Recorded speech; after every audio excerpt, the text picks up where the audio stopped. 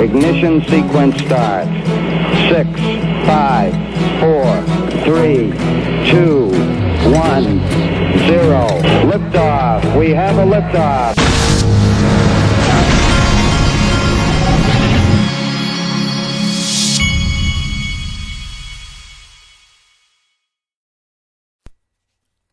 Hey everybody, this is the Digital Asset Investor, and today it looks like we've had a healthy correction, or not even a correction, but just a healthy pullback, and now it looks like prices are working their way back on up. XRP had bounced down to around 28 cents, and now it's back up to 29 cents. Everything looks to be wanting to go green a little bit, and that's a good thing. Okay. I wanted to first show you from XRP Crypto Wolf, IMF, and by the way, at the end of this video, I'm going to show you some things. You know, I talked earlier about the idea that I believe that I don't just believe it, it's happening right now, that nodes for all of these digital assets are going to be not just spread across the globe, but also on satellites. And there's a specific reason for that. And I'm going to show you one of the many specific reasons that it's going to be done that way. But this is from the IMF. IMF new August report focuses on how innovative technology like Ripple and RippleNet are affecting the financial sector. RippleNet offers services similar to the ones offered by traditional payment messaging systems without being subject to specific regulation and oversight. Now, normally, my 8-year-old would have to draw you a picture, but in this case, the IMF has drawn the picture for you. So it says source, IMF staff. They've got DLT platforms, RippleNet, IBM WorldWire, which uses Stellar, Center Stablecoin Network, okay? Interbank, that's the term that was used for XRP by the World Economic Forum, by the way. And then we have, look how many times Ripple and RippleNet is mentioned in this one thing, all over the place, right? And then we have this from Michelle Vandenberg. This was Naveen Gupta, who is thanking Julia Chatterley and Brian Brooks, the guy that runs the OCC, he said, a great flavor of things to come. A little bit of foreshadowing for Ripple from Naveen Gupta, who, by the way, said that Ripple would either put a dent in the universe or go away. And they're not going away, folks. What could that mean? And then there's this. China is starting to test digital RMB and educate its citizens. The video is circulating WeChat, China's digital currency in action with the Agricultural Bank of China. The woman takes out 50 RMB from her bank card and converts it into China's new digital RMB. Watch this.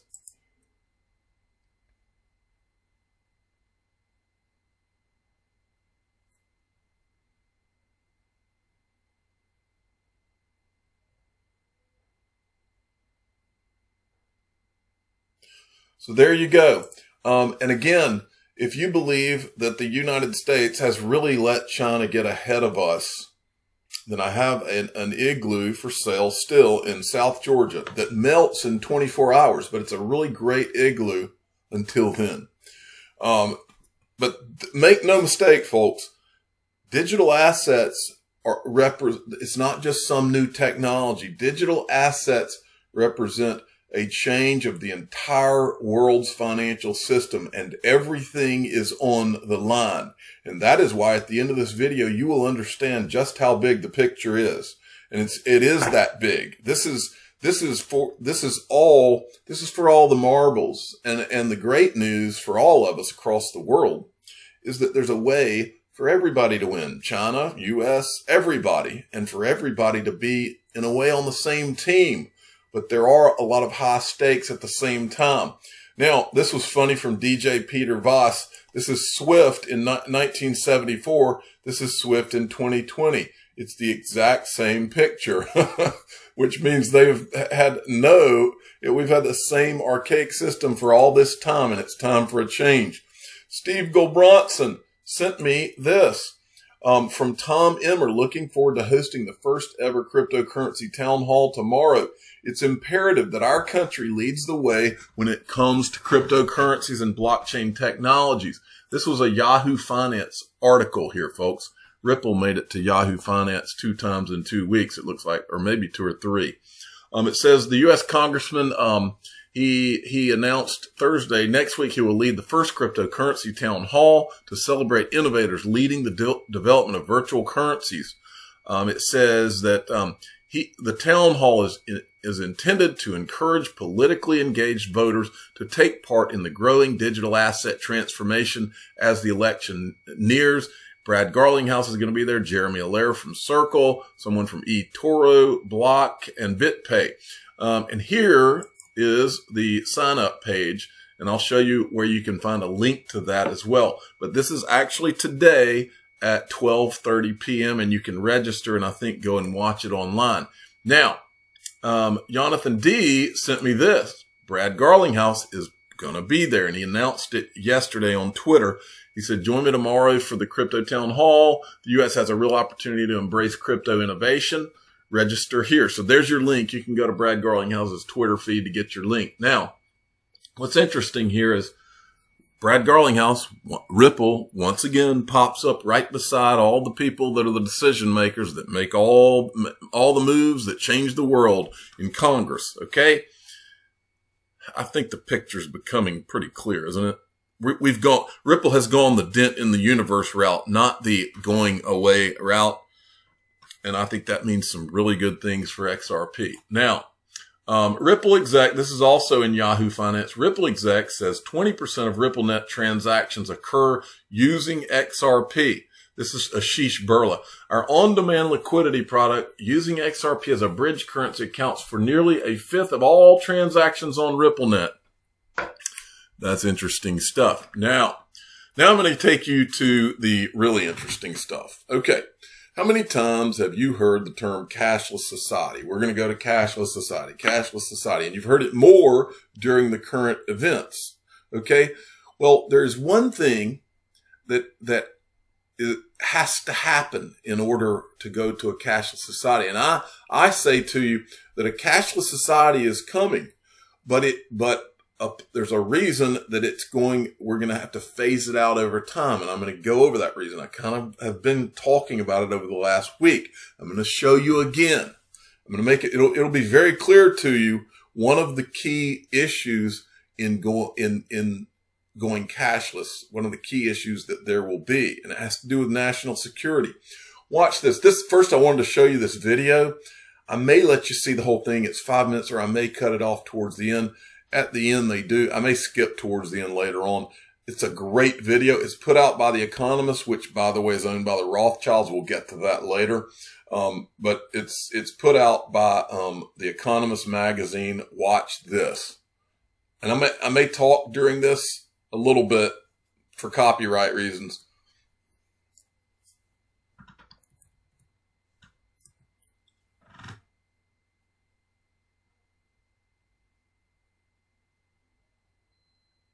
What does that look like? Yep. Your new financial system on cell phones, and there's a reason why.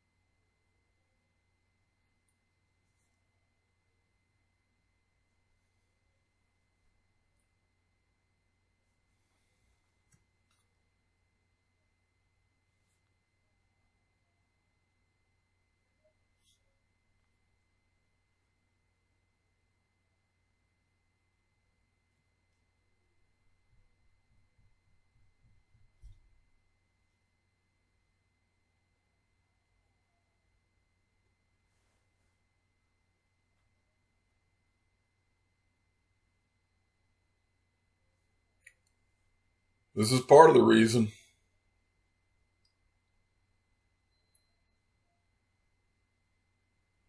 Now, right here, you need to think about the cyber attacks.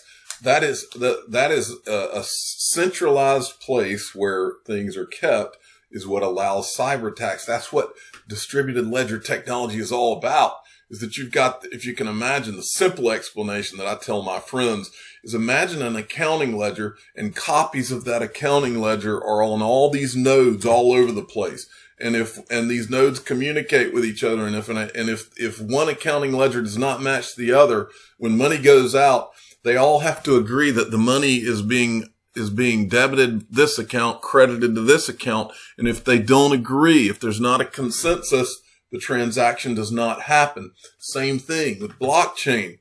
If a hacker would not be able to, the reason they can't hack this stuff is because you've got these nodes all over the place, and they can't hack them all at once. And so they don't all agree in that scenario. That's what they're talking about here. That's the reason blockchain is so huge. Capital One Bank was hacked. A sole hacker managed to steal away 106 million people's personal details. 106 million people. Days. And that personal details stolen. Months after, you can see that a lot of companies are not very well protected yet against such threats. Pretty much every day we hear of data breaches, cyber attacks that are successful. It's much harder to prevent an attack than to be on the hacker side, because you only need to succeed once as a hacker. Once upon a time, you would have two guys coming in. They would tell everyone to be on the floor, they would put the money in a bag and then run away with the money. And you would get insurance against that. You knew what the risk was. Nowadays, with cyber attacks, they can happen anytime, they can take any form, so it's very hard to insure against. Still, many countries are fast moving towards a cashless society. In Sweden, the number of retail cash transactions per person has fallen by 80% in the past 10 years. The trend is even evident in far more cash-loyal societies. China's digital payments rose from 4% of all payments in 2012 to 34% in 2017. The trend is inevitable, but a gradual transition is key. It's important that we have a sort of gradual as to how fast this happens, because if that's not the case, some people might be left behind. Some people may find it harder to grasp how much money they have without the physical representation of it. Not everyone knows how to use internet banking technology. And people living in remote areas where this is what it's about right here may find they have to drive for miles for their basic needs. And there's another sector of society that relies heavily on remote areas that don't have internet. Think 5G. How are they going to get it? Satellites. That's how they're going to get it. Now, it's also the security part, which I'm going to show you in a minute. But I know this video is long, but it's worth it because it really lays out this whole landscape. Carry card terminals with them, so it would be very hard for them, well, first of all, to collect money and to pay for things. They will be among the people who suffer the most from it. Going cashless is just the latest evolution of money in the modern economy. But it raises a fundamental question. What is the value of money if it doesn't physically exist? Central banks enact monetary policy by exerting control over the amount of money that is created and that is in circulation. And they can do it because they are the only entities that print because here it comes. The purpose of it is to control the amount of money that is used by the entire economy. In a cashless society, obviously this becomes much harder because money presumably can be created by other entities. There it is. So central banks are actually starting to realize this, especially after Facebook made the announcement that they were going to launch. See where this all leads? It shows you the extent to which central banks are already thinking about the future of money. The move towards cashless societies is well underway. But governments need to ensure that, as cash is phased out, the vulnerable in society aren't left behind. All right, so now, here is what I want to show you. All right. And this is what all the satellite talks about. And look, first, the satellites are for the purpose of getting internet to all of those. How many times have we heard the words underbanked in this whole discussion? Underbanked people, the way that they're going to get the internet to them is with these satellites. But there's another huge problem scary problem that the reason I keep telling you that the nodes are going to be on the satellites too. And it's not me talking. I've already shown you. You can look at Space Coin. Those guys are already putting nodes on satellites. You can actually look at the satellites orbiting Earth. But what I'm telling you is also, I'll bet you $1 to a donut that this Starlink that Elon Musk is doing also, he may not even know that they have nodes on these satellites, but they're doing it, and they're doing it now. And I think they're going to phase it in over time, and we're going to over time go cashless as they get more and more nodes on these satellites. And here's the reason why. This is the big reason why. Listen to this. This guy's a Navy SEAL breaking down the threat of EMP attacks. Is talking about a powerful electromagnetic pulse that they say could knock out entire cities in the U.S. It seems to me the stakes have gotten higher when this is not just a hydrogen bomb, which is massive enough, scary enough. But when you walk through this, what exactly is an EMP? It's the burst of radiation when a nuclear weapon is detonated above the Earth. No blast felt on Earth, but the electromagnetic fields still reach the surface. And the bottom line is that the aim of this is to knock out power in much of the U.S. And the claim from experts is that outages could last for months, affecting hospitals, emergency services, food, and water. Talk to us a little bit about this, Dave, of the notion that this kind of Look right there. It says it could wipe out mobile phones. Now, it could wipe out mobile phones. In other words, no internet, unless there was internet being beamed from satellites that were on the other side of the world, right? And also, think about this while you're watching this. If you get rid of cash and someone is able to knock out the power grid, all of a sudden people have no money. That can't happen. And that's why they're going to phase this in over time. And that's why it has to involve satellites, because you may be able to knock out a country's power, but can you knock out all the satellite power, all the satellites around the globe at the same time? Magnetic attack could go beyond just taking out lives. They could be taking out our electric grid as well. No, absolutely. Electromagnetic pulse is a real thing, and so it's a high-altitude detonation of a nuclear weapon could cause that, amongst other things, right? And it would be absolutely devastating if it was over a certain area, depending, especially large city centers or areas like that are dependent upon those things. And it shuts down all sorts of things, including our financial systems. Including our financial system. Okay, so now I would like to show you this. Now, who is this guy?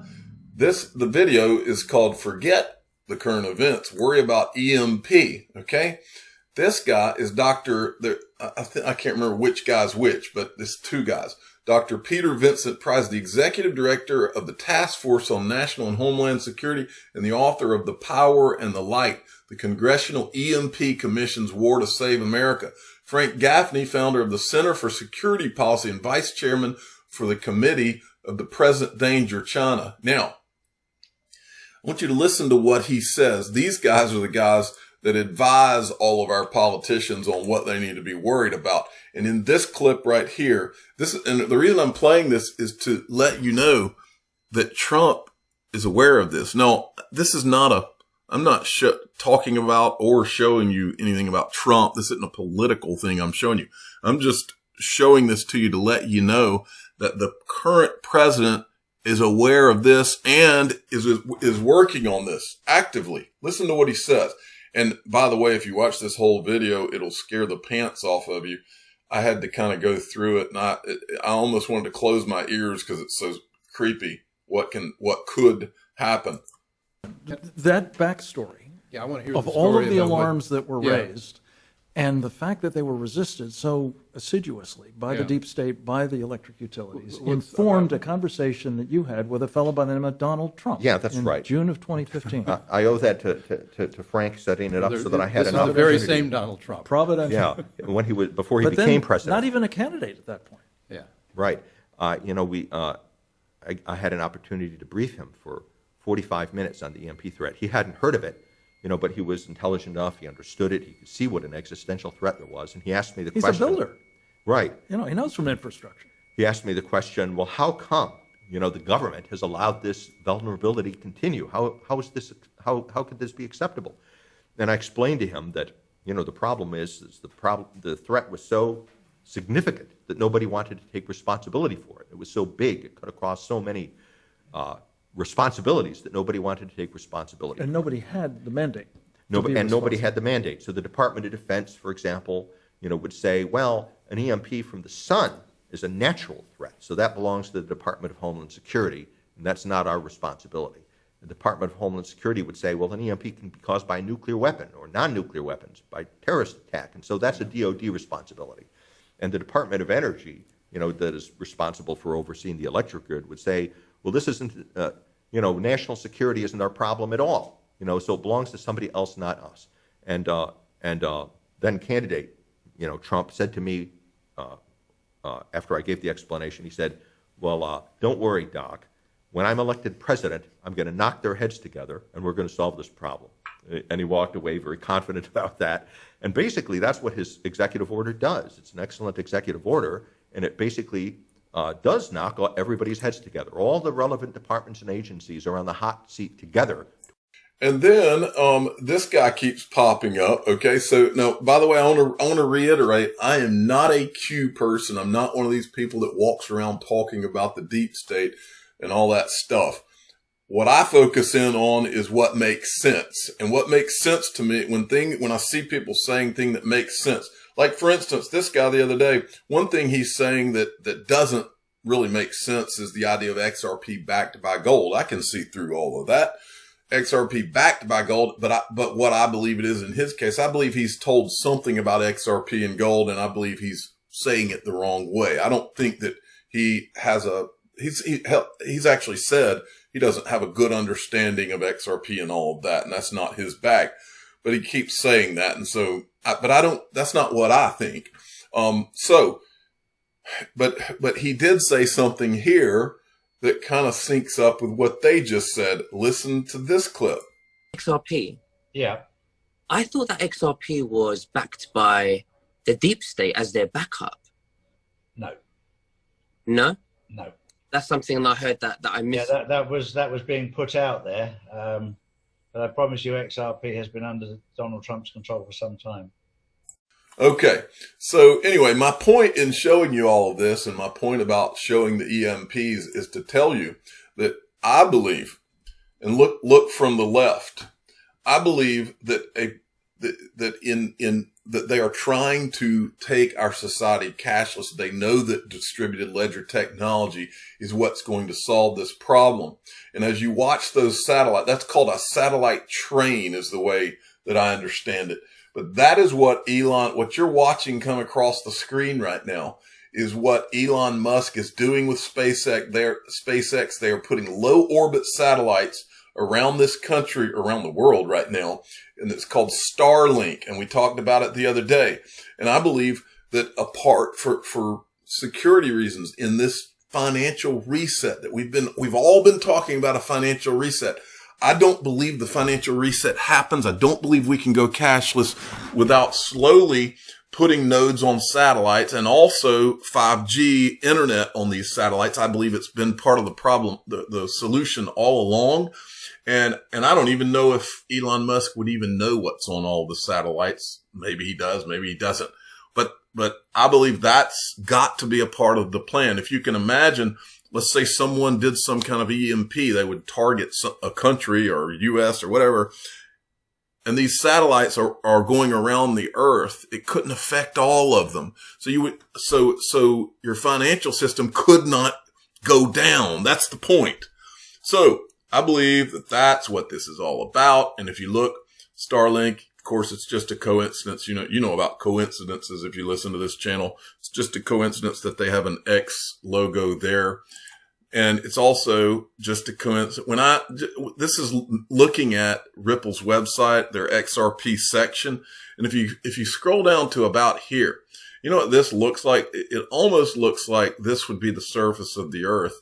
And you've got nodes that are connecting to nodes that are up maybe in low orbit. And by the way, I just thought this was interesting enough. That guy, Charlie Ward, keeps on talking about how the quantum financial system is coming into existence. Well, I used as an example the other day, I said, well, a quantum financial system does not necessarily have to mean that we have quantum computers now. It could also just be that quantum is a good marketing word for this new system. Just like, and I used the example quantum funds. The quantum fund, which I think is pretty ironic, the quantum fund just happened to be started by George Soros, and the Rothschild family are investors. They're shareholders of the funds, apparently around $6 million. I just thought that was an interesting part of that. Now, for those of you that have not done it, in the description of every video that I do, the Digital Asset Investor newsletter, I don't want you to be left out. I don't want your friends and family to be making fun of you for not getting that newsletter where I'm telling you the digital assets that I own and the things that I'm interested in. I just don't want you to be left. I don't want you to have to walk past rooms where the door is closed and you can hear them whispering in there about what the digital asset investor holds, which digital assets, and then you just don't know because you aren't on the newsletter. Don't let that happen to you. I'm the digital asset investor. I'm not an investment advisor. This is for entertainment purposes only. Please subscribe, hit the like button, and tell your friends and family that you are getting the Digital Asset Investor newsletter. And in order to tell them that, you have to be getting it. Thank you for listening.